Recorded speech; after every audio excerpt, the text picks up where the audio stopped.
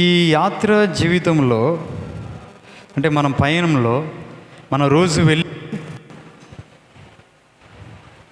ప్రతి నడవడికలో దేవుని సన్నిధిలో మనం ఎదగటం, ఆయన సన్నిధిలో దాచి ఉంచిన మేలు పొందుకోవటానికి మనం ఆయన వాక్యానికి ప్రతి కూడిలో మన వస్తూ మన జీవితాన్ని రోజు ఏదో రకంగా కట్టుకోవాలి, ఏదో రకంగా మనం అభివృద్ధి చెందాలి, ఏదో ఒక రకంగా మన ఆత్మీయ జీవితం పడిపోకుండా ఉండాలి, ఈ లోక సంబంధమైన పాపంలో మనం పడిపోకుండా ఉండాలని అనుక్షణం ప్రయత్నిస్తూ వస్తూ ఉన్నాం. ఇటువంటి